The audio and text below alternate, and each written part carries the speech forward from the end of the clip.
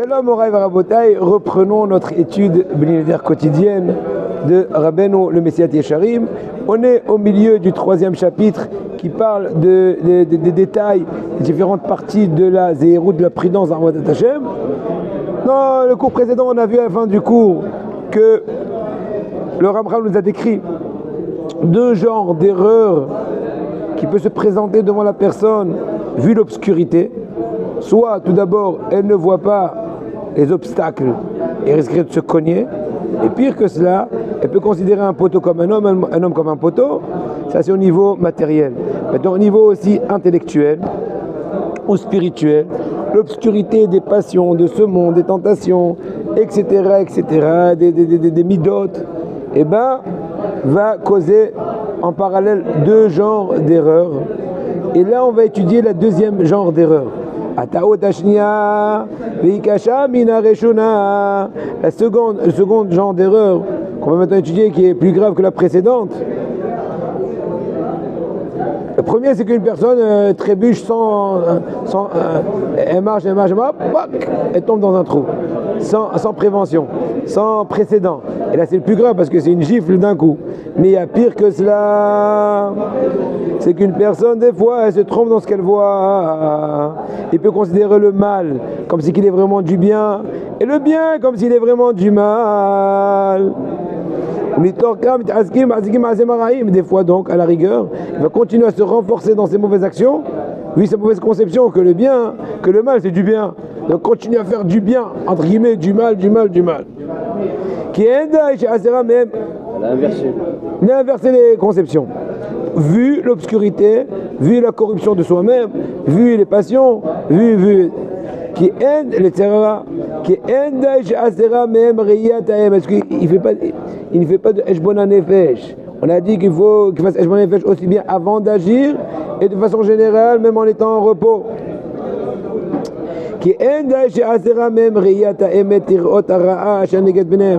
Il ne suffit pas le fait qu'ils ne sont pas conscients du mal qui est, du danger qui peut les attendre.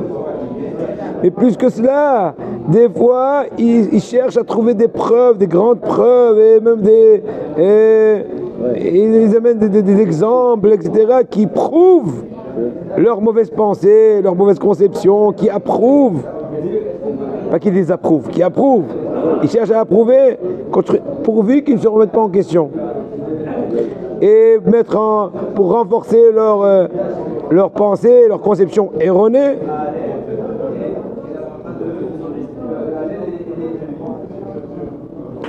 oui. Et ce mal-là va les étoffer et va les continuer à être avec eux jusqu'au moment où ils vont aller dans les abîmes. Et ce qu'il dit le Navi Eshaya, Perekva Pasuk Yud, Hashmen leva amazé, engraisse, ou plutôt est engraissé, le cœur de ce peuple-là. Il est en train de se... Leurs oreilles sont lourdes d'écouter et leurs yeux sont voilés. En d'autres mots, ils sont aveugles. Ils n'écoutent plus, ils ne ressentent plus, ils ne réfléchissent plus. Il dit le Ramchal. Tout ça, c'est parce qu'ils sont sous l'obscurité. Ils sont coincés sous le gouvernement du Yetzirah. Ceux qui sont déjà sortis de cet emprisonnement, eux ils voient la vérité. Ne te donne pas conseil à toi-même, sois pas ton auto-conseiller. Fais-toi conseiller par ceux qui ont déjà passé toutes ces étapes et ces étapes, les gens qui sont expérimentés.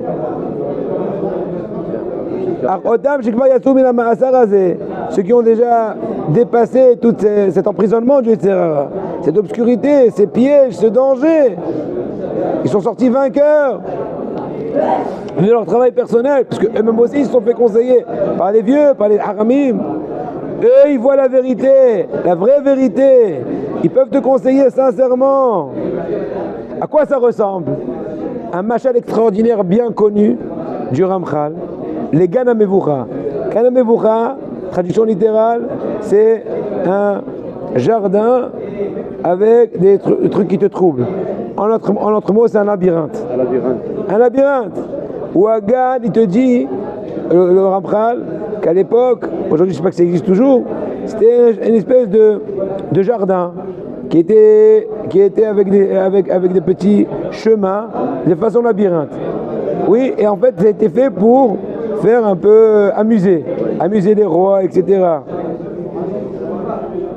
Donc il y avait plusieurs parois au milieu du grand carré, imaginons. Et il y avait des petits chemins, disons très, comment dirais-je, trompeurs. Ils se ressemblent beaucoup. Et le but, c'est d'arriver au centre, un lieu spécial, au centre du carré. Il y a des chemins qui sont droits et qui arrivent vers la vérité, vers donc le centre du carré, le centre de Arsadra, une espèce de terrasse. Mais il y en a qui sont trompeurs, qui sont en train de l'éloigner du but. Il croit se rapprocher alors qu'il est en train de plus belle s'éloigner. Mais celui qui va entre les chemins, il ne pourra pas discerner et savoir en aucun moyen est-ce qu'il est dans le bon chemin ou dans le mauvais chemin. Parce qu'ils se ressemblent tous, ils sont presque tous. Trouvez les différences. À moins que tu sois très très connaisseur, tu connais toutes les finesses des chemins, là oui. Une personne qui a déjà traversé plusieurs fois ces chemins et connaît les nuances trompeuses, oui. Et voilà celui qui se trouve déjà au centre, dans la terrasse, au summum. Il a une vue d'ensemble. Imaginons il est sur la tour avec la jumelle, avec les jumelles. Tout est clair devant lui. Il est en train de discerner bien entre les chemins vrais et les mauvais chemins, les chemins trompeurs. Lui, il peut diriger ceux qui sont les concurrents et traversants.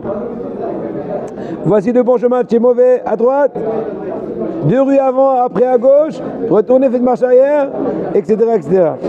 Quand celui qui veut bien les croire la personne qui est arrivée au but, il va arriver lui aussi au but.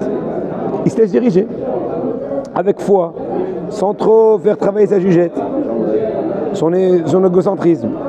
Mais c'est lui qui ne veut pas croire, il veut aller selon ce que ses yeux voient, selon son intelligence entre guillemets. C'est sûr qu'il va rester perdu, il ne va jamais arriver au but. Ça c'est le machal, c'est l'exemple qui amène le machal, le Ramchal. Ainsi est la chose au niveau spirituel. Une personne qui n'a pas encore surpassé son Yetzirah, qui n'a pas dominé, qui n'a pas combattu son Yetzirah, il est dans des chemins, à droite, à gauche, il ne sait pas très bien savoir qu'est-ce qui est bon, qu'est-ce qui est mauvais. Mais ceux qui ont dominé leur mauvais penchant, qui sont déjà arrivés à la terrasse, au centre, etc., dans l'Arsadra, ils sont sortis déjà de tout ce labyrinthe, tout est clair devant eux, de façon, comment dirais-je, limpide. Eh bien, eux, ils peuvent te conseiller, il faut écouter qu'à eux, il faut croire, avoir foi en eux.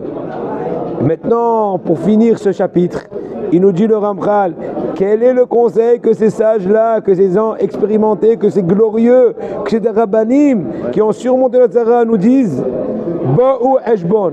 Ce qu'on a commencé à dire hier auparavant dans ce chapitre-là. Alken Yomua Moshlim Bo'u Eshbon, c'est pas ce que dans la Torah et nos sages de façon midrashique ont expliqué. Alken Yomua Moshlim, ainsi diront ceux qui ont gouverné, en fait, ceux qui ont gouverné sur leur Tzara. C'est quoi Bo'u Eshbon? Traduction littérale dans la Torah, venez dans la ville de Heshbon.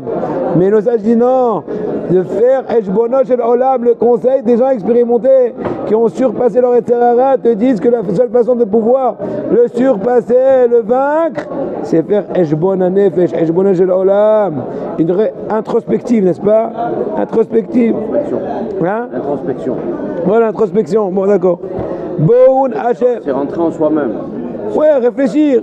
Comment soi-même. Voilà, une analyse personnelle. Ouais, mais il faut avoir des bases, Rabbi. Et c'est pour ça qu'il faut étudier. D'accord? D'accord? J'ai pas dit. Ouais. On n'est pas né parfait. Bo'un Hashem Heshbonot Shel Olam. Venez, on va compter le compte du monde. Parce qu'ils ont déjà essayé et ils ont vu et ils sont conscients que c'est la seule façon, c'est le seul chemin réel d'arriver vers le bien que la personne recherche. Et il n'y a pas une autre façon. Concluons, et dit le Ramchal, notre maître le Ramchal, de mémoire bénite, bientôt, Yesod Sheba Yesod, le 41e jour du Homer, très bientôt, sera l'Aïloula du Tzadik Ramchal. La généralité de la chose est la suivante.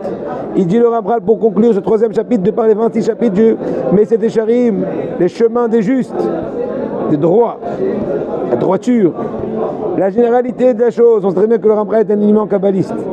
Et chaque mot là est enfoui en lui des secrets de Kabbalah. Mis à part le fait qu'il faut savoir que le Gaon de Vilna a dit que s'il était du vivant du Ramchal, il serait parti à pied pour le recevoir. Il a même dit que jusqu'au 11e Pérec, je ne sais pas pourquoi il a dit le 11e, pas le 12e, ni le 26e, mais en tout cas jusqu'au 11e Pérec, on peut être pointilleux sur chaque mot du Ramchal. Incroyable le Gaon de Vilna.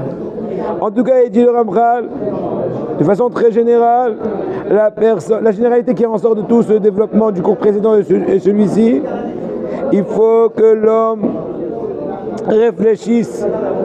Baruch Hashem, il a une bonne jugeote, il a un bon esprit, tout le temps en train de réfléchir. Et surtout aussi avoir des moments fixes de réflexion. Réfléchir de façon générale, mais aussi se fixer des moments spéciaux où il va faire une analyse. Quel est le véritable chemin selon les lois de la Torah qu'une personne doit poursuivre? Quel est le meilleur chemin?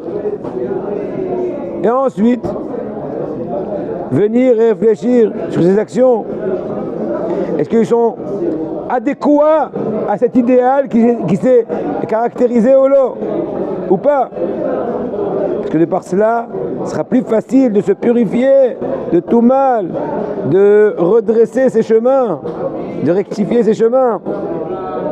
Comme ce que le verset dit dans Mishlei Perek Dalet Pasuk Vav, Paldes Ma'agal Raglecha. Traduction littérale, redresse le chemin de tes pieds. Et tous tes chemins seront justes.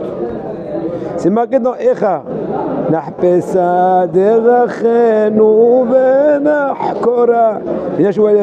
On va chercher nos chemins, on va les examiner de façon profonde, et en fin de compte, on retournera vers toi. Tu ne peux pas dire à Hachem, je fais tchouva, et tu continues avec tes conceptions erronées. C'est te moquer de toi-même, pour ne pas dire d'autre chose, Hachem, bonne chance.